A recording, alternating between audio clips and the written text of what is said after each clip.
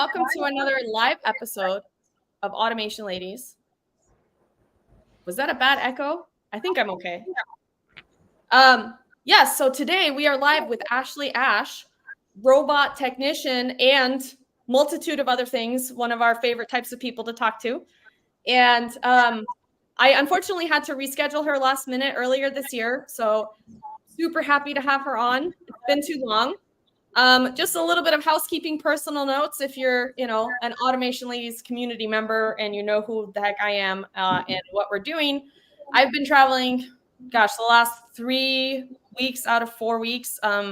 Lots of people probably comment I seem to have been all over the place. So yes, I have been all over the place. San Antonio, Nashville, Chicago. This is trade show season, so I'm looking forward to a little bit of downtime in June after I hit San Francisco next week for a whole week of team offsite with Team QuoteBeam. So excited to see my whole team. We all work remotely, so we get this treat of getting everybody together once a year, and I'm super, super duper excited about that. I also got food poisoning. We talked a little bit about that together before we went live. It's not really work related, but it is work related because I'm halfway back to work because I'm extremely tired, but better. So thanks everybody that, sent their well wishes and was concerned. And again, wholehearted apologies to anybody that's gotten my rolling out of offices. Every week I'm somewhere new and I haven't actually gotten back to you. I am working on that, I promise. So be a squeaky wheel if you need me to get back to you on anything. I working on lots of things with lots of people that I love, and we get to make time for making these wonderful connections. And I was able to talk with another person earlier today, although we didn't record it, Amanda from Universal Robots. She's relatively new there. And, some of these conversations, they're just really energizing. I don't really know how else to put it. People ask me sometimes how we can do it all, how we have time for this. Honestly, just to be straight up honest, I don't really have a life. I've got family, I've got a few friends, but I work a lot. And so I try to find things that I can do in my work, which, this is this is work, right? But it's also our passion project. It's our side thing. But if it didn't bring me a lot of joy and energy to have these conversations, it would be really hard to fit them in my day, to take the time away from my kids to do this. But the people that I get to meet during the show, the people that come support us in the comments and engage with our community. Michael, by the way, great to see you. It was so good to meet you last week in Chicago. Thank you for joining us. That's what keeps me going is these conversations. They give me a much needed energy boost and kind of a social boost because we have these conversations about our work, about our industry, about technology sometimes, but ultimately this is, hearing people's stories and connecting with them and finding things in common with people in our industry. That's really what this Automation Ladies stuff is all about. So with that, I want to introduce Ashley. Ashley, hi, how are you? Thank you for joining me. And tell our audience where you're tuning in from or where you're coming from. I guess they're tuning in and you're whatever this is. Broadcasting, I guess we are. Yeah. Hi, everyone. So I'm Ashley and I'm from Grand Rapids, Michigan. Okay. So we're just talking about Michigan a little bit. I think a lot of us, Michael, hopefully see you at Automate next year in Detroit. Ashley, have you been to the Automate show?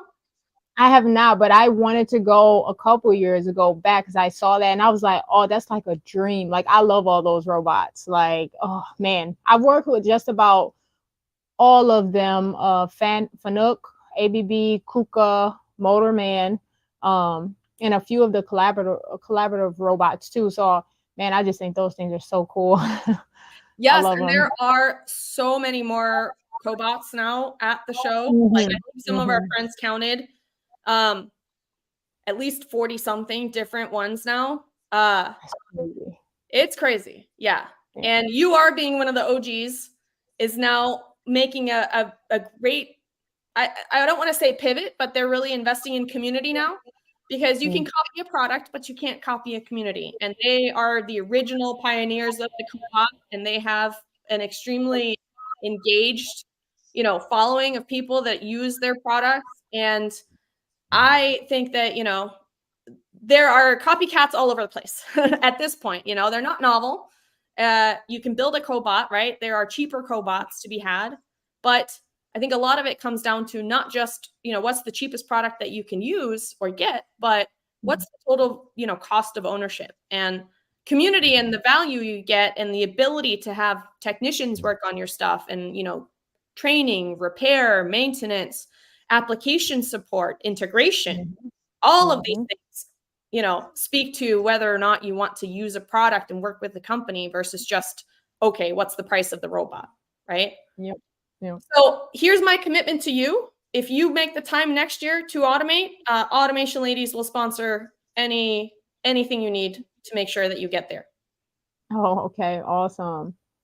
Because we need all the people to, it's the biggest like robot playground I can imagine to walk Yeah. So let's get your hands on it. But I would love to then, I guess, just, kind of ask our standard question at Automation Ladies is, can you tell us your backstory and how the heck you got to be doing what you're doing? Yeah. So originally I'm from Benton Harbor, Michigan, graduated from there, born and raised. I left at 19, went to college. I just never really enjoyed college. I don't know. I'm Oh, your audio dropped there. I can't hear you. There you go. Nope. There you go. Okay. Yeah. Yeah. Yeah. Sorry about that. That was my That's right. microphone. I'm just going to keep it off so we don't have any more problems. All right. That's okay. Thankfully, our audience is very understanding of the fact that we are not expert podcasters or streamers or any of that. So our production value is this. It's raw. Mistakes happen. We have all kinds of technical difficulties. We try to make sure that, the mission critical systems we work on for our customers work, but the rest of the stuff, it goes how it goes. So yeah, I'll let you start again with, you went to college, but you didn't really enjoy the college, right? Yeah, no, I didn't enjoy it at all. And so I found myself being bored. I ended up going back home. So my major was elementary education. So I love kids. And that's why I picked the major, because for me, some people have their favorite age. And for me, it's twos. I love the 2 stage. Terrible twos is what they called it back in those days, maybe still now. But I love twos. They're so fun. They're playful and everything. So I wanted to work with kids and become a teacher. I thought I would be a good fit for it. But, I was in class and everything, and it just I don't know. I didn't have the passion, or I guess I just didn't have the drive to put the work in to become a teacher. And I really think that's what it was. Yeah. My mind was I wanted to be it, but I didn't know if I had the drive to put the work in, and I didn't. So I ended up going back home. I remember I was early 20s, like 20, and then I got to Grand Rapids at 21. I actually saw a commercial back in the day. It was for a trade school we have here in Grand Rapids, Michigan. It's called Gerald R. Ford Job Corps Center. So they said you could pick up any trade: security, CNA, medical assistant, protective services. I chose protective services. So I came here. You lived on campus. The training and classes was free, certification. And pretty much, I lived here. I left Benton Harbor, moved here, and I would say it was so tough. Okay. They showed you on a commercial that you could just come there, live. They showed you playing in a rec room and just going to class and just a good time, right? Mm-hmm. A little bit of a bait and switch. Yeah, it definitely was. It was day and night. So like I said, I got to Grand Rapids at 21. When you go and attend Gerald R. Ford school, you have rules. Okay. So I was 21. I was already able to drink, could do what I want. When I got there, I had a curfew. I could not be gone from my campus at a certain time. I had to be back on campus at a certain time or I would get in trouble. So for me, I didn't know that. For the first 30 days, you cannot leave because you have to earn privilege to leave. I didn't know any of that. So I got there and I struggled with my adjustment so bad. I was breaking the rules. I just was struggling. And a couple counselors like stuck it out with me, talked to me of course, and just gave me some guidance. And I stuck it out. I did graduate my trade months early before it was due because I was only there for the trade. They Mhm. offer a high school diploma and a trade, but because I had already graduated, I only needed the trade. So I did that, graduated, left campus, stayed in Grand Rapids because I saw it was opportunity and potential in the city here. And I loved Grand Rapids coming from a small town. I decided to stay here. I got a job as a security officer, and honestly, I loved doing that. I really enjoyed that too. I like to protect and serve. I like a lot of things, but I Yeah. really enjoyed it. I felt like doing that. I felt like I had a purpose, or I was serving the world or whatever, helping. Mhm. And problem with that was I did not make enough to live. So I did it for a little bit. I had a few jobs as a security guard, and I just could not keep up with financial, far as like being able to pay my bills and rent and food and travel. So I was like, this ain't working. So I ended up applying to my first factory job, and it was challenge manufacturing back in the early 2000s. I just got a job as a janitor, cleaning the bathroom. It was gross, but it wasn't too bad. The way I grew up, I was used to cleaning, right? My mom gave us chores, so it wasn't like super gross for me. It Yeah. was like, just got to clean. So did that for a couple years. I ended up talking to my boss, or actually he was a plant manager at the time. His name was Steve. He was a good man. And I told him like, hey, Steve, I really like it here and I want to know what can I do to move up? And he said, okay. He said, well, asked me if I had experience with facilities maintenance. I said, nope. And so I ended up, he gave me, let me apply him entry level, like facility maintenance there. And that was like painting all around the building, picking up trash outside, um uh replacing toilet dispensers or toiletries and things like that. It was getting a scissors and boom lift license. So I would go up and replace the light bulbs that was in these tall buildings with other managers or facilities manager. And so I did that for a while too, and I liked that. I enjoyed it, but I was just like, I want more, right? And Mhm. I saw the robots. So back at that time, challenge manufacturing, I mean, all they used was Fanuc robots, and it was just filled with ABB. First robot I ever touched, it was ABB, and I loved it. So I applied, and again, the boss knew I didn't have any experience, and they was like, "We'll give you an entry level role." Mhm. And man, they gave me that role, and I felt so good. Like I was getting it, like programmed. I got to touch up points and things like that, and I really enjoyed it. And then they sent me out to school at Rochester Hills for Fanuc and ABB and Auburn Hills, and I went to a couple classes like material handling, programming one, and so yeah, and then I just stayed working in it all those years, and it's never been just I only work with robotics. I wish it was that. That's Yeah. actually the reason why I kind of want to get out of it, and that's why I kind of have drifted over into the marketing side of digital marketing and influencer, because being a robotics technician, they call it that, but a lot of times I'm doing both. So I'm a maintenance technician and I'm robotics technician. Oh, yeah. Um, so it's never just, oh, Ashley, you only tend to robots. I replace end of arm tooling, grippers.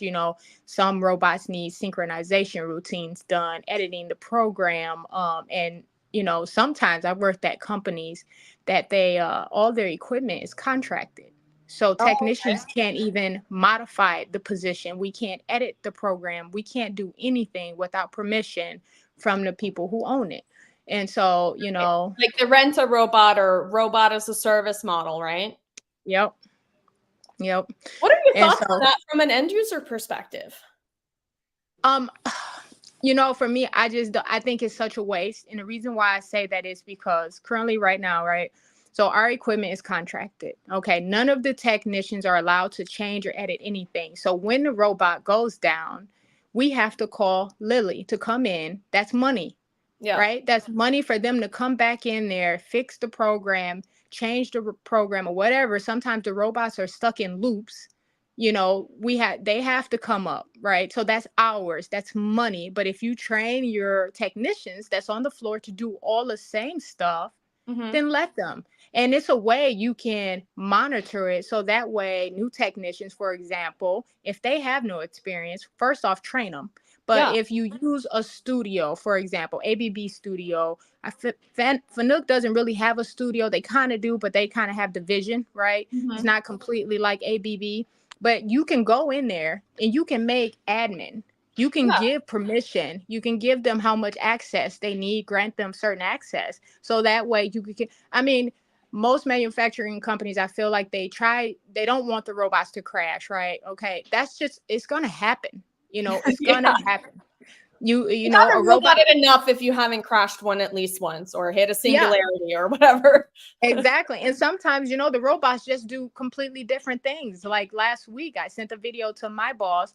Our robot continued to go down into a position. No one had sent it there. No one had told it to do it. It just somehow got stuck into a routine or a loop, and it continuously was running the same thing over. So, I just think that's a waste of company money to have to limit your technicians on what they can do to your equipment to help, because you're losing production time, you having downtime, and you're just man hours. You know what I mean? I would, if I had a company, there's no way I would run it that way. I would have my technicians programming my equipment and running it and learning it and training it, so that way I wouldn't have to outsource, me personally. Yeah. Well, it's not, I mean, I think in from like a 10,000 foot view or whatever, in theory, I think the RAS model is great for companies that don't have the CapEx to get started with robotics, or they don't have the technicians, or whatever other hurdle is keeping them from implementing. But at the same time, if you're going to lock out your customer from doing anything and you are slow to respond or don't have remote access capabilities to where you can train local, you can train the people at the facility and collaborate with them. I can see, maybe them going, well, we don't just want anybody jumping into the program and doing anything, because technically it's now their responsibility, right? But the practicality is downtime is huge money. So if you're not setting your customer up for success to both save money in the long run with the rent a model, but then also make sure that doesn't result in these types of inefficiencies, right? Then I don't think it's necessarily the whole model is terrible, but the implementation is what matters. And having training, it needs to be collaborative. That's kind of one of my big things in the industry right now. It's just like all these things that we used to do to try to protect our IP and this and that. It's like now we just need to make our customers more successful automating so that they can buy more robots and they can make more stuff. And all of this other stuff, like, just let it go.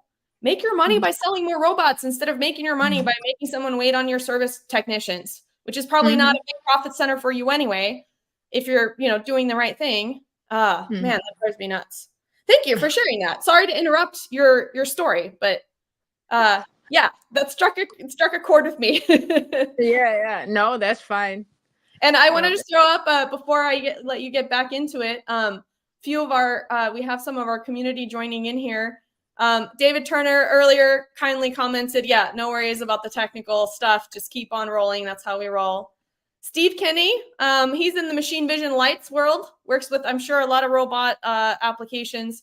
He really relocated to Michigan 3 years ago from California, and is really liking it. A lot of educational, vocational, business incubator programs. Absolutely. Yeah. There is actually a lot going on there. One of the other people I just met at Automate, Becca Resnick, how cool of them to take a chance like that. Good for them. Yeah, I mean, what they saw is your work ethic, right? They already know that you're a quality employee. It takes a certain kind of person to come in and be the janitor and actually, be invested in that job and look for opportunities to advance. I'm the same. I almost took a job as a maid at a hotel one summer until I got offered a better job, different job. I ended up working in a bookstore. A lot of my friends were like, oh, why would you do that? That's such a terrible job. And I was like, I get to work at a hotel and learn all about how hotels work. Like, I was like, I bet Right. I can talk to the people at the front desk and learn what they do, or like the hotel manager. I don't think people, I don't know, they take for granted that, like, if you're in a decent culture company, Mm-hmm.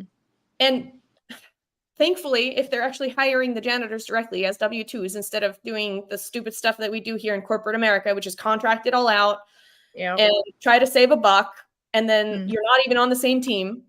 Mhm. Any job you can learn skills from. Exactly.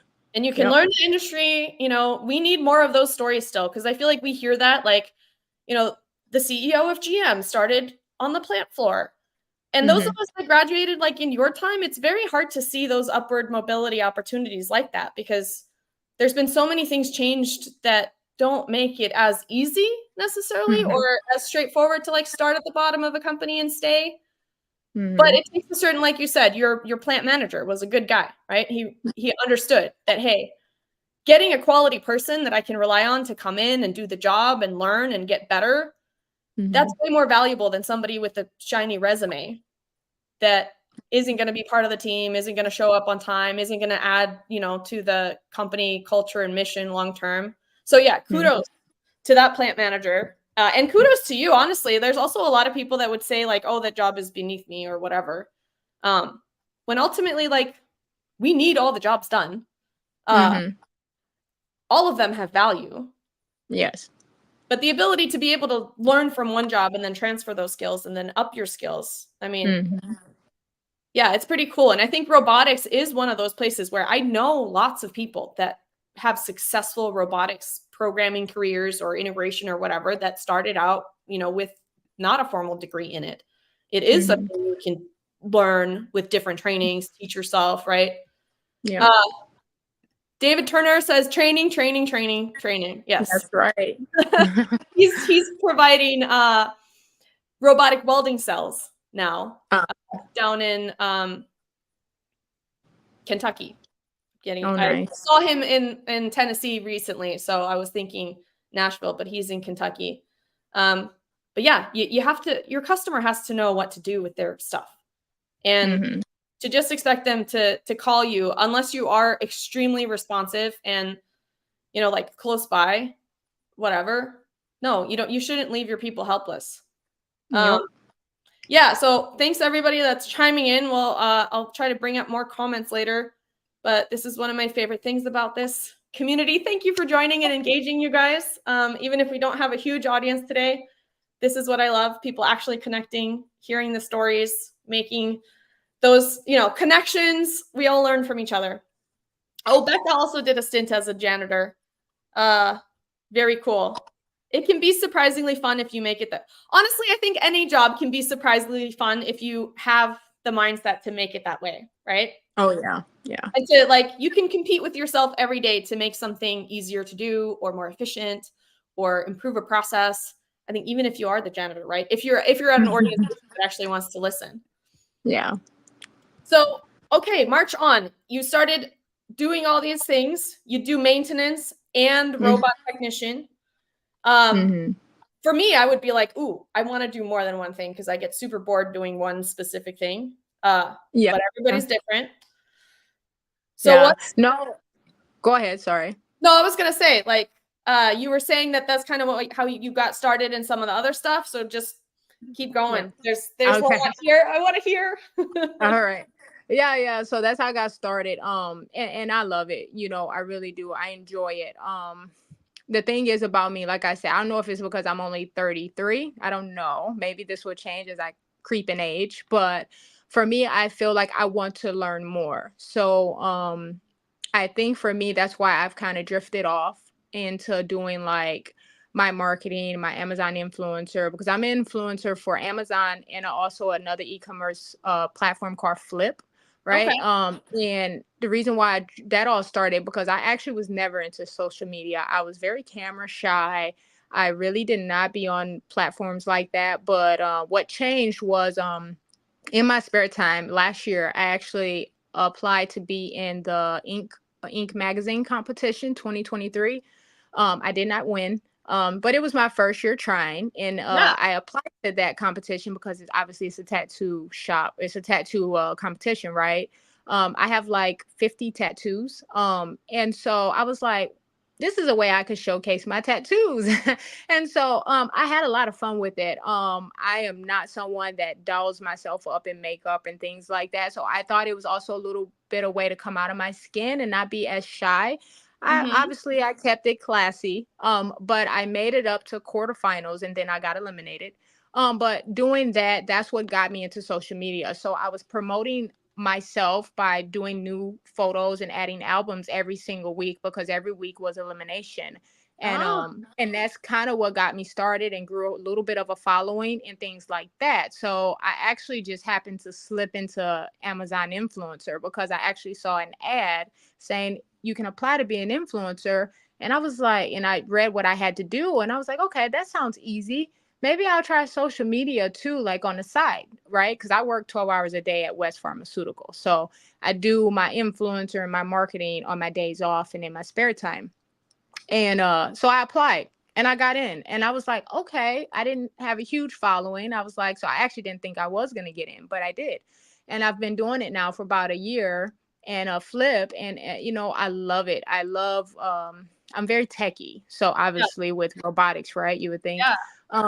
And I love being on computers and working with them and learning them and just trying to fix them even. And so I wouldn't say I'm bored with robotics now. I would say because I feel like right now I'm at a halt in my career with robotics. I want to learn more like integration, like you mentioned. I want to do PLC. I want to program. I want little things like that. The problem with that is I struggle with getting into that entry role with no type of degree, which is understandable, right? I can't just say, oh, I've done robotics. I expect it. I understand that, but I love working with robotics, but I definitely have probably more passion now for social media and being an influencer and marketing and things like that. I love making UGC content. It's just so fun. I like to make up trends and transitions, and I still am camera shy. It's just I've definitely gotten better with it Yeah. over the time of me doing it, and it will only get better with time. So yeah, I don't know what's up the road for me, but I just know I don't know my it changes, fluctuates, but I just know I'm having fun right now. But That is amazing. And I think the kind of person you are with that drive to keep doing things on your own, and instead of just saying, okay, I'm bored in my job or I've hit a ceiling, I'm going to be unhappy and complain and go to work every day, and like you're going to find something to learn and something to do, right? And we live in this age now where we all have a computer and internet, and it's really not that hard. It takes dedication, it takes time, it takes courage, all of that to do a side hustle or to do whatever. But like it's all out there for us. mm-hmm, And I think that's something that like the older generation maybe just doesn't understand our kind of drive to do those things. mm-hmm, Because those that have been successful, like you're financially secure now, you probably got a nice mortgage and, you know, mm-hmm, yeah, you may not have these struggles that earlier on in your career. I tend to think sometimes some of the people that poo-poo the most on influencing and stuff, I was like, look, if you were offered money to do this back in the day when you were struggling to feed your family, if you were ever in that position or to pay a rent or whatever, please tell me like the rationale against using your time and your talents to, as long as it's like genuine and you're actually, you're not faking information, you're not making stuff up, you're not pretending you're an expert at something that you're not. This is a new world and these are the opportunities to make money. And to, if it's something you enjoy and you have fun with and it gets you access to try technology that you wouldn't otherwise have access to.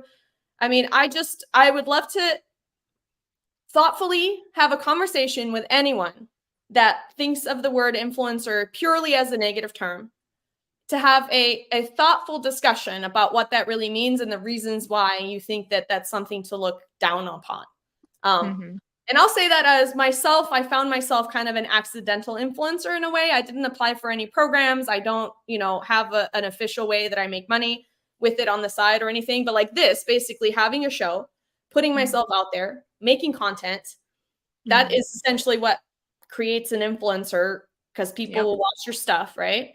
Um, mm-hmm, I do take the opportunity sometimes to make these collaborations to help pay for like my kids' school or we all things are expensive right now. Inflation is terrible. My mortgage is insane. I closed last year when interest rates were insane. So as much as, I would love to just decrease my cost of living, I see a better opportunity to increase my earnings by doing as much as I possibly can within the time that I have that is synergistic with what I want to spend my energy on, that I get to enjoy. And I, like you, I'm not naturally an extrovert. I don't know if you are, but I am not. But I learned to be because I got a sales job that forced me to do it. And I don't like social media. I'm not on any other social media. I have a private group with my grandma on Facebook that I post pictures of my kids, and that's about it. And even there, like I get yelled at from Iceland like every other weekend for not posting enough in my family group. I don't do Instagram, like none of it, right? It's just, everybody has their own cup of tea, things that they're good at, that they enjoy. And I never thought I would be out here talking in front of people like this. I have zero skills, as we can tell, stream and, the technical difficulties we have. But I saw a really cool post from a gentleman named Nate Valentin. He's the head of innovation at a automation distributor called Adams down in Florida. And he was posting about he has a camera set up, and he was creating user-generated content, which in his case is customer testimonials. And so he went down to a customer, set up a camera, did a video interview, and he was just encouraging everyone like, hey, if, even if marketing isn't necessarily your job or video production, learning how to do it is a really valuable skill. And, just give it a shot and start getting better at it. And a lot of these things, I think, especially if you do it as a side thing or in your spare time, there's a lot less scariness for failure because you're not, you don't have heavy expectations from a third party or your employer that you're doing something that you don't know how to do. So for me, it's been amazing to get to learn how to do this kind of on our own thing. And, Quotebeam isn't too embarrassed by what I'm doing. And now they, sponsor. But at first I was like, keep your name off of it until I stop embarrassing everyone.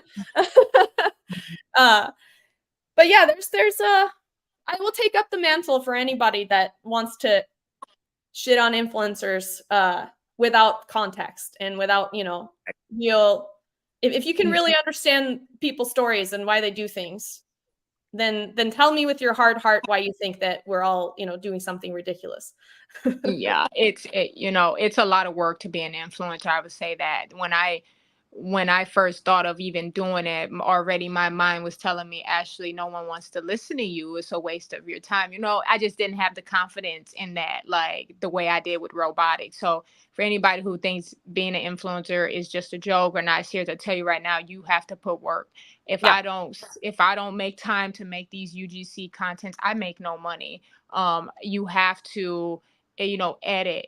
Amazon has guidelines. You cannot have audio playing. You need to be clear. You have to make sure what you say or don't say. It takes time. And if you really try to be really good with editing, all the transitions, yeah, it's work. It is a job. I have to commit to having those hours to give to Amazon or even Flip or whatever. If not, then my content is trash.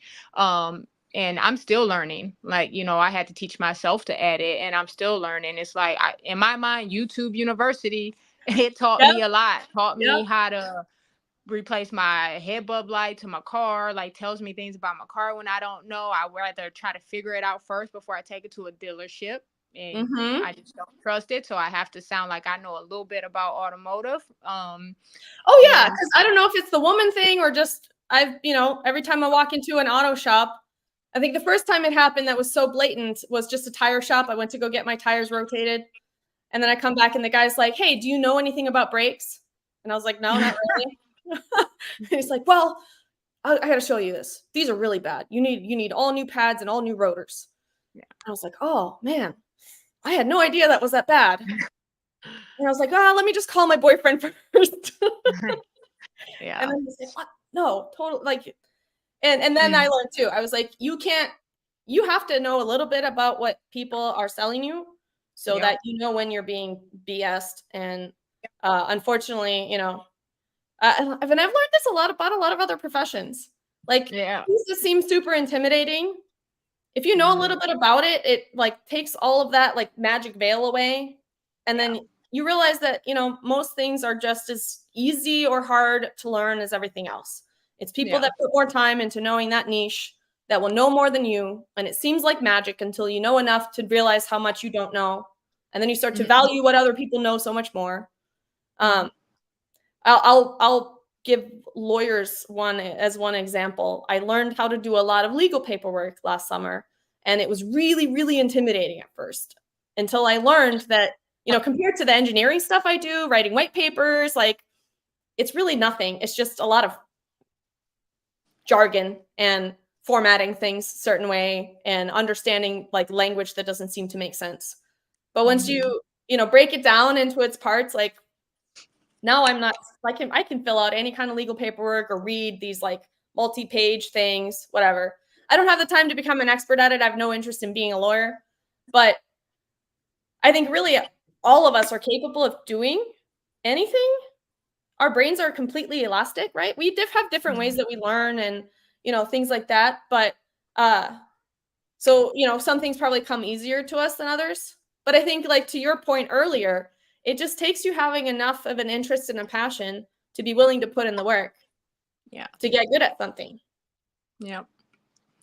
Consistency is definitely key. Right?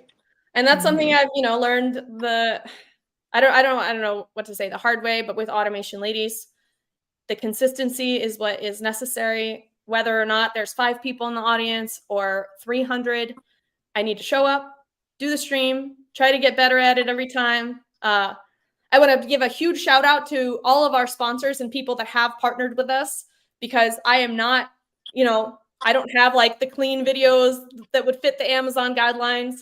So thankfully, everyone that has worked with us, I think, sees our potential and knows our work ethic, and that we're here to work together rather than having the perfect product or the perfectly produced content. But yeah, that's really interesting. I honestly didn't even know that there were programs for like e-commerce platforms to join influencers. So what is it exactly like? Do companies then get opportunities to send you products for you to review, or can you explain a little bit how it works? Yeah, sure. Yes. So companies can. So usually the way Amazon influencer work, you review products, right? You review products that sells on Amazon. On Amazon.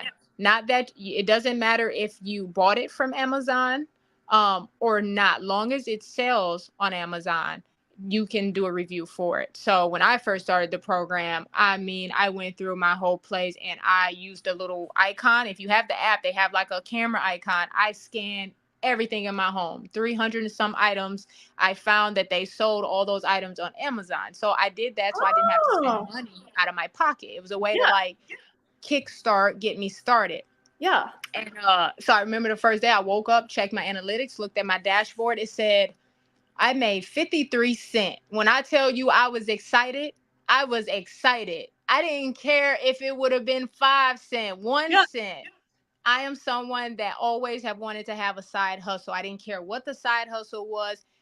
I just wanted to have a side hustle. So seeing that 53 cents for me, I was like, I hit the lottery. I made it, mama.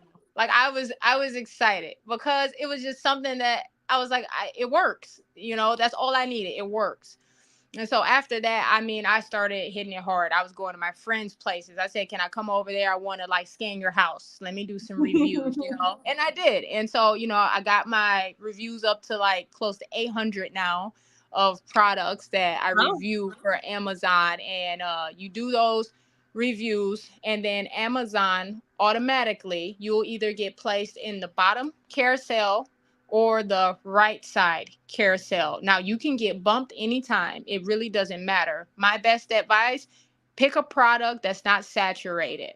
Do not pick a product that other people, and they have so many reviews. Chances are, I tell you right now, you're going to get bumped in a day off their carousel because so many people are reviewing that product. Now they have tools that you can use that you can search the item and see how many other product reviews are up for it and things like that. And you want to, and this is hard for some people starting out, obviously, you want to review products that are high ticket items because that's where you're going to get the most commission, just being honest. Doing a lot of low items, you'll still make money, but you definitely won't make it, as much. It really, high ticket items will help. And yeah, so you do that, you get placed on the bottom or the right carousel. And with Amazon's algorithm, you're guaranteed to, for sure, to make money because they rotate us out automatically. Now, Amazon is testing a lot of things. Sometimes they will completely take the bottom carousel away. And you will be like, wait a minute, what happened? Like, why am I not on this product page? It's just because they took it away. They're testing, they're trying to see things. I mean, YouTube, there's a bunch of pages talking about it, but they do this from time to time. But they usually bring it back for the most part. And that's pretty much all it is. You just review products and they'll place you. And yeah, companies will find you on their own and they'll, ask you like, hey, do you want to review this product? I'll send it to you for free. Amazon's rules is, though, it is not completely against their rules. You cannot get paid for doing a product review through another company. So if a company or brand say, hey, I'll pay you to do this review, you cannot do that. Also, if a company... That seems like a conflict of interest and potentially a way to abuse the user-generated content not being genuine, right? Yep. Yeah, so you cannot do that. Now, you can accept products for free, but you do not ask for money or you do not allow them to pay you. And when you accept a product, you have to disclose that, hey, this product was sent to me to try it out and do a review and see how I like it. And that's completely okay. So Amazon is a platform. Flip, I don't know. I think Flip is kind of new. What is that? I've never heard of it. So Flip is similar to TikTok. I would say that's the vibe I get from it when I look at it and stroll it. It's similar to TikTok. The only difference is you have to buy the product from Flip. Even if you have the product in your home already, you cannot do a review and post it on your account and make money from it like Amazon. Like if you have something, even though you didn't buy it from Amazon, and say you bought it from Walmart, you can post it and make money. You can't do it with Flip. The product have to come from Flip. And then you get paid if a person just watches it. Even if they don't purchase the item, even if they're just watching the video, you get paid. If they like it, you make money from that. And then if they obviously buy it, then that's obviously more money because they bought the product. Now, Flip will send you free products from time to time just from being on their platform. I really like them both. I'm not going to lie. And I think I like them so much because with Flip, you don't need a following. You don't have to have a huge following, right? So you can easily just start doing that just like that. And Amazon, your following doesn't need to be super crazy. I mean, yeah, so those are my two favorite ones. I know TikTok for me, I'm struggling with right now, but just because I don't have the huge following to be a part of their program, but with time. So I'm not really worried about it, but pretty cool. I feel like most of these things are very much like a network effect. So it takes a while to get started and you need that consistency. And then over time, if you keep doing your thing, people that like it, they'll follow, they'll find you. I'm sure I don't know anything about this, hacks or ways to like increase your reach. I don't do any of those things. I think, for me, like you, I'm just like, you know what, I'm going to do my thing and not worry too much about it. Thankfully, because this is not our main thing, we can take our time with growing it. But I do think, I guess what gives influencing a bad name is the association with inauthenticity and, not being transparent about if you're getting paid or not. And then really like, how can you trust any of this? I saw an interesting application that's a little scary, but it's a company that allows you as a creator to create an AI avatar of yourself. And then companies can pay to have UGC style videos of you generated without you having to actually record them. And they advertised it as UGC style advertisement. But I'm like, if somebody's saying like, oh, I love this product, and it's not clear that that's actually not a person saying that, and that person didn't actually use this product, like, I don't know how I feel about that. Yeah, it's crazy. all the AI stuff you can do. I know Chat GPT for a while that you could make something like that. Like you could make a bot. I don't know if that's similar to what you're talking about, and you could get paid long as it was something. I mean, but again, it's already started to get saturated with it. So many people went out and just making, my opinion, stupid bots that made no sense. And I'm like, you guys are just messing it up for you're just messing it up for everyone. You're just throwing stuff out there. Come on, like actually think about it. But well, it's kind of like the beginning of the App Store. It's like everybody realized they could get rich off of a 99-cent app if like 1,000, whatever, this many people bought it, even if it was garbage. Yeah. I think we're kind of going through a little bit of that with the AI apps and stuff. Yeah. It's a gold rush. Like, I don't know how many courses are out there teaching you how to become a millionaire with all this stuff nowadays. Yeah, oh my goodness, YouTube is just flooded, and that's similar to what you just said a minute ago, as far as influencers getting a bad rep because of the, they say you can make this or not being transparent. I really despise that. So I was gonna say hate, but I don't want to say that on here, but despise of it so bad because that really upsets me, because it's people on there, right? It's people on there that's streaming YouTube all day. They're looking for ways to make money because, people are struggling. It's people that's hurting to make it. And they're like, maybe this side hustle will work, or this gig will work. And they put all the eggs in a basket, and it's people on here just telling them all this, but they're not showing proof. So future people, if you're on YouTube, look for YouTubers who actually are showing you proof. Don't just take what they say. They show you a bank account, that stuff. Don't believe that, because anybody who knows, if you're into social media or a creator, influencer, any of that, these people make bank on YouTube. Okay, they make it from you watching them. Okay, right. You watching them. If their bank account was that crazy, why would they be spending the time trying to get you to pay for the knowledge? Yep. So it's like, don't believe it. And I've paid for classes, I've paid for trainings of things that I thought would be valuable to learn. And some of them, were overly promotional and like how you can make millions with this, right? I always try to just take that with a grain of salt. If there's a process or a niche or something like that I can actually learn from a course, I will happily pay for, educating myself. But I've long ago realized that anybody's claim to success with any of this is completely, and I mean, there's usually fine print, right? Like a result's not typical. This depends on your own, how much effort you put in and so on.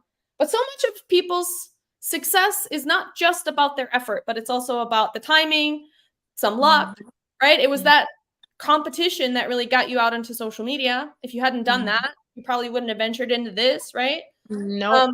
And you can't recreate that kind of serendipity of the world with a course.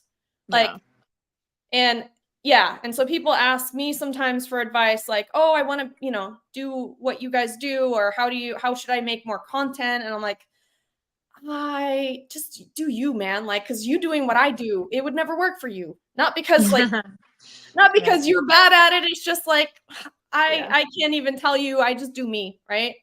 All right, let me throw up. This is our friend over here, Juan. JP says that's true. Thinking I should block his YouTube access. Yeah. I hardly even go on YouTube these days either.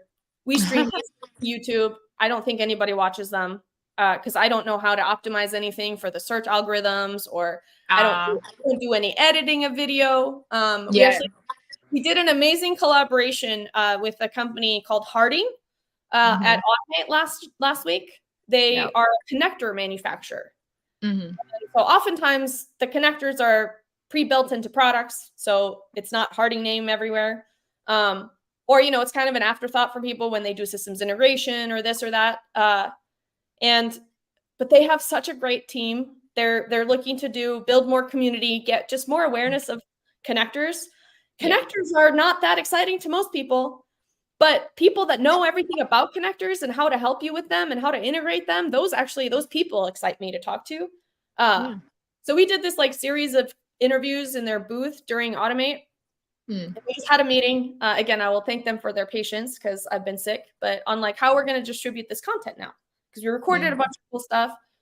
And I was just like, we'll edit the audio for our podcast, but I have to be frank, like we got zero video editing chops over here. We actually have a new member of our team. Her name is Elena Velen. She was on, I think she was a guest in our first season. She's actually come on the team and she's going to be doing some video. She's in Pittsburgh. So if anybody that's listening to this has any connections in Pittsburgh, Elena is open to do factory tours and in-person videos and stuff. Take her up on that. I think I get invited to all kinds of places and I just don't have the time. I have a family. I already travel too much. So the only way for us to do more of it is to get more of us out there. So my goal also for Automate next year is to have a bunch of automation ladies around to look at all the stuff, because every year I get mad that I don't get to see all the things I want to see. So aside from the obvious of, I can't clone myself, I just want to find more people that want to do this and arm them with whatever they need to go do it. So if you want to make robot videos next year at Automate, automation ladies will distribute them with you. We get so much more done as a community, as helping each other. So as a guest on the show, now you have that open invite. And so does really everybody else that interacts with us. But if there's anything we can do for you, we're here. If there's anything you want to do with us, we're also open to that. Just pick yourself a title, find yourself something to do, and tell us what you need from us, and we'll make it happen for you. So, okay, back to this influencer stuff. Do you review any technical products? You said you're into that kind of stuff. So like home electronics, or do you venture into, is there any kind of like industrial stuff even available on these places that you would talk about? Yeah, so I liked when I first started influencer, I definitely was trying to stick around all tech products. So that was robot vacuums, headphones, computers, anything electronic. That was like my thing. But then I ran out of items at home and I'm like, man, this won't work. I'm like, I have to do everything. So now my storefront has everything from a lawnmower to a weed whacker to a robot. I mean, it's everything on there. I think I even started doing a few makeup items, and I'm not even huge into makeup. I you know what, that was hard right there. I'm just gonna tell you, that was hard. I'm over here trying to review this, and I'm like, I really like it. And it is, I did like it. It's just, I don't know a lot about makeup because I don't wear any makeup. I might put on a little bit of light eyeliner, but that's it. So it's like, I was over here trying to review the crap out of it. And I'm like, man, but after that, I did not do makeup again. I said, I'm not doing that, because I like to review things that I actually feel very confident. And I know it was so easy for me to review my robot vacuum at the time, because I love that little thing. I love it. I love it. And so, I had my eye on the Astro robot from Amazon. I've been wanting that thing so bad, but I'm like, do I really need it? But it would be cool to review it. And I just want to play with it, test it out, see what it can do. It can bring you a drink from the fridge. I mean, granted, you do got to put it in there. I'm just going to be honest.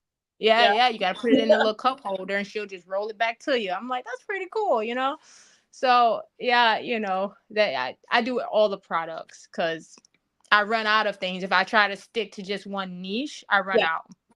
Well, plus, it's your personal experiences with things. So anything that you use and buy in your life, why not review it? Because honestly, reviews are a tricky thing because I like them a lot. We rely on them in a lot of ways. But then now I feel like there are such a proliferation of fake reviews that just reviews by in and of themselves, especially when there's thousands of them. And Amazon is very saturated with this kind of stuff, I think. That's now I start to kind of tune those out, and I want to try to see real people and or people that I can somehow relate to, or ideally someone that I know or know of, to know that whether that's a legitimate, a real review, not a bot, or somebody that's just paid to make a fake review. Because there's so many choices of everything out there now. I get decision fatigue with Amazon a lot. I stopped shopping on Amazon for a long time because I would be like, oh, I need this. And then I would find something, and then it would show me right below like 5 other almost the same products, but maybe slightly different or slightly better. Or they have like, slightly different number of reviews. And then you spend half an hour, and then I don't know which one to put in my cart. And then I just X out and give up and don't buy anything. That's actually one of my, like, it's a kind of a theme in my life. I moved to the US from Iceland when I was 12. And Iceland as a country has 350,000 people total. So the population of the country is smaller than most like small US cities. And we don't have like 1,000 choices of everything in the grocery store. Like our grocery store is more like an Aldi. It's like you'll have a couple choices, maybe like the store brand and maybe one other one. But you kind of like buy what's available and you end up picking what you like. But then I came here and it's like, especially this boggles my mind, but how can you have so many choices of the same toilet paper?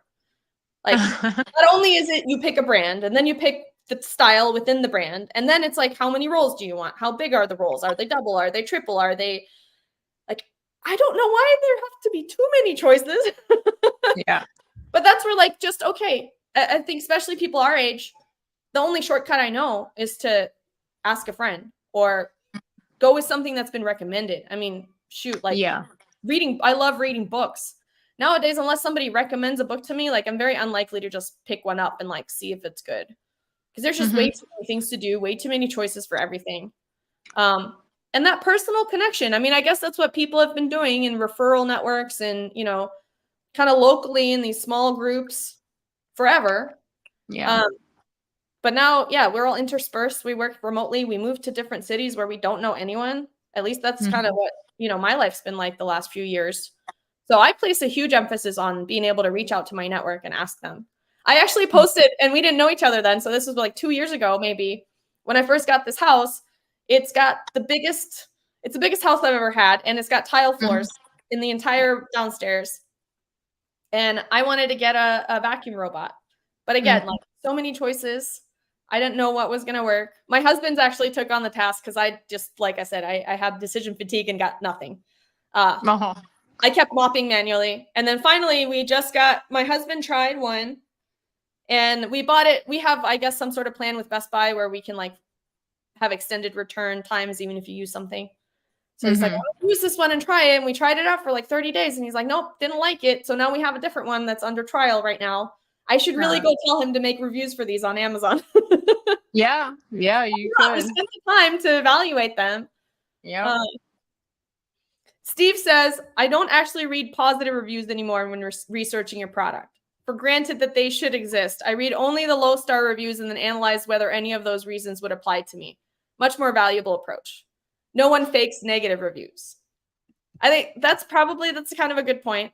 I look at the negative reviews to see if somebody's being ridiculous or if they seem like practical, like warnings to stay away from something. You got to be careful. I mean, I definitely want to say there's some honest influencer for sure. I mean, and even we deal with it. At least I deal with it. I've had companies send me a product and for free, and they want me to just like hype this thing up. And I'll test it out first. And I'll plug it in. Matter of fact, for example, I had 2 fans come to me. I don't even remember what the brand was. It was a small seller. I don't remember the name, and I probably wouldn't disclose it anyway. I'm not trying to badmouth anyone. But they sent me the fans, and they're like, yeah, we want you to hype this fan up, like say how good it is. And I plug it in. One of the fans didn't even work. The fin wouldn't even rotate. And so I told him, I said, I'm not doing that.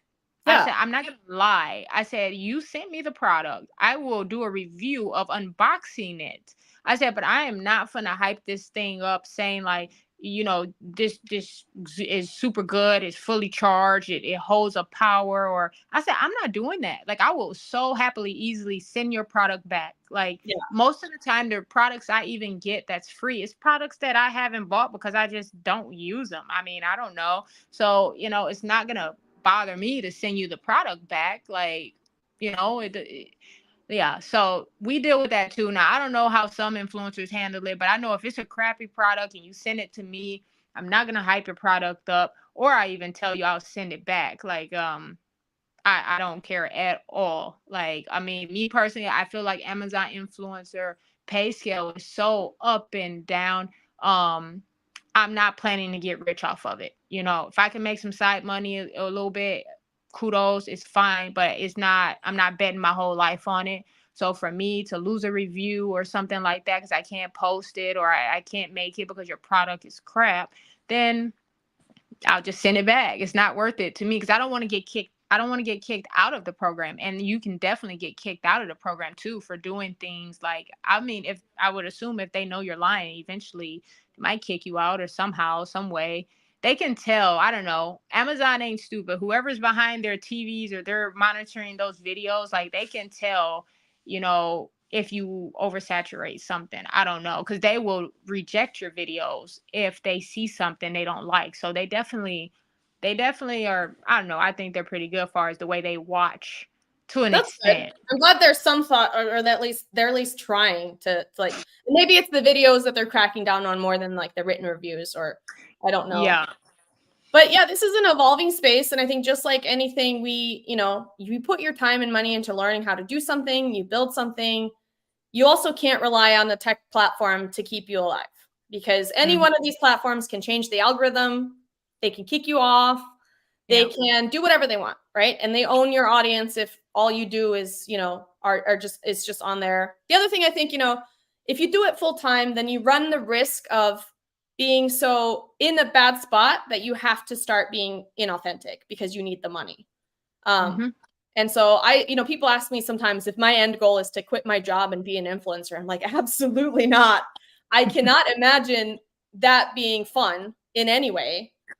And I've read some stories I read an article about an Instagram influencer, fashion influencer, that then started her own clothing brand. And the clothes were like really expensive. And then they didn't sell very well. But it's like at that point, whoever this was stuck trying to promote it. And then if your audience doesn't want to see it anymore, you're kind of stuck between a rock and a hard place with that kind of stuff. So ultimately, I'm all for people doing this if it's something that resonates with them, if it's a way to, get by and make extra money. People have choices. But yeah, it's a risky move to make it your full-time thing for sure. And I don't know, how much value there is in that for our society, for people to just be exclusively influencers. Especially if you're not like have other skills that you're learning or have other things to rely on when things change. But I think it's also why we do side hustles, because we're used to an economy where you can get laid off at any moment. You can we need these kind of safety nets for ourselves, and they don't exist. Nobody gives them to us, right? So we have to create them for ourselves. Right. We're up on time. Thank you everybody that's joined us. I'm going to throw out one more disclaimer. I have a partnership with NVIDIA now where they support me going to events so I can learn more about their technology. That's something that I've been really personally interested in, and I don't have enough of a value proposition to spend my day job doing it. So it's an amazing opportunity for me to get to connect with people I get to learn from and all this other stuff. And in partnership, I make sure that I post about some of the stuff I learn. And there's a really easy button on LinkedIn that says brand partnership that you can click. And that says, hey, this was part of our partnership. But I also am very I would never say anything that I wouldn't say otherwise. What this does is it gives me the opportunity to pay attention to the things that they have to say. And whether or not I want to agree with it, learn about it, any of that is up to me. But yeah, I just encourage everyone, especially in our industry, if you don't really understand this thing and think that it's something that people shouldn't be doing, look inside yourself a little bit and think about what you would do if you were in our shoes at this time in our economy. And the other thing, as an employer, right? You realize the people that maybe work a 12-hour shift in your plant, they also have an opportunity to learn and grow outside of your company. So you're going to have to, compete with that to keep them.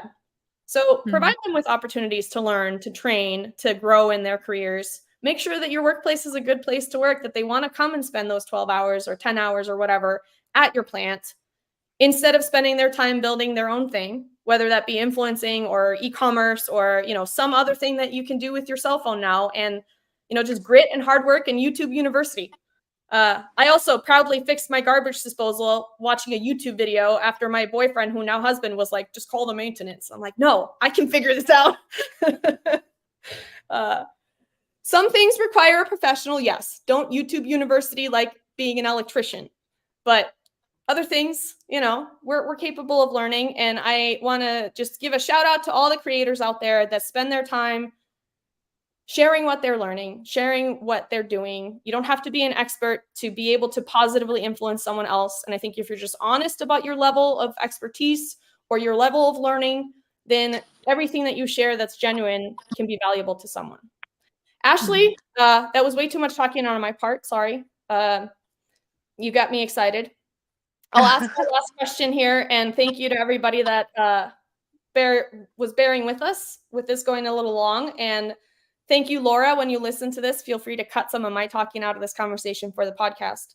But Ashley, where can people follow you and find you? And if they want to, you know, watch your reviews or see what you're going to be doing next, where should they be connecting with you? And like you said, you don't quite know what's coming next, but as those doors open, I'm sure you'll find all kinds of things, right? Being the curious person you are. Yeah, so on TikTok, you can find me on there at the little A sign Unboxed Wisdom. And that's where I do a lot of my reviews and things like that. And if you go to there, then if you clicked it, it would take you to my Amazon, which is also, I think, under Unboxed Wisdom as well. You can find me on both of those. I am on Facebook, but I don't really do much on there. But TikTok and Amazon, I do a lot of. And then Flip as well. I think they're all three of those are attached with the same name. And yeah, check it out. I'll definitely check out Flip because I just never heard of it before. And learn something new from everyone that I talk to. Yeah, I was going to say something to you too, Nikki. You said that. So you said you have a partnership with vidIQ. You was talking about your YouTube videos. You don't know how to do optimize. If you're on your vidIQ platform, because I know I had it for a while, if you search other channels that's similar to your podcast, you can see what tags they're using. You fill it up with tags. That will give you the optimization. And then that should put you near them. And also when you use vidIQ, once you start putting your hashtags in there, and YouTube knows which ones you're using, you can see your SEO score. So you will see where you're ranking. And see, I have a YouTube channel too, but I'm not consistent with my videos because of everything else I'm doing. I know you're consistent because you do podcasts on the regular. So all you need is just your hashtags added and your optimization, and you will get the views. Okay. Yeah, for sure. So this was me not enunciating properly, but this was a really great tip. I have a partnership with NVIDIA. Oh, to learn about like they're really coming into the manufacturing sector now with microservices for like robotics and all kinds of other stuff. Yeah. But Elena, if you listen to this later, and I'll ping you on Slack, vidIQ is something we need to check out for our YouTube channel. So thank you so much, Ashley, for adding value to us at Automation Ladies, for being part of the conversation, for sharing your journey, and being open to this community. We're all learning from each other. Thank you so much for your time, and I really hope to see you around, and at the very least, if not earlier, meet you in person in Detroit at Automate next year. Yes, I'm dying to go. Like, I will be there. Bye. Bye.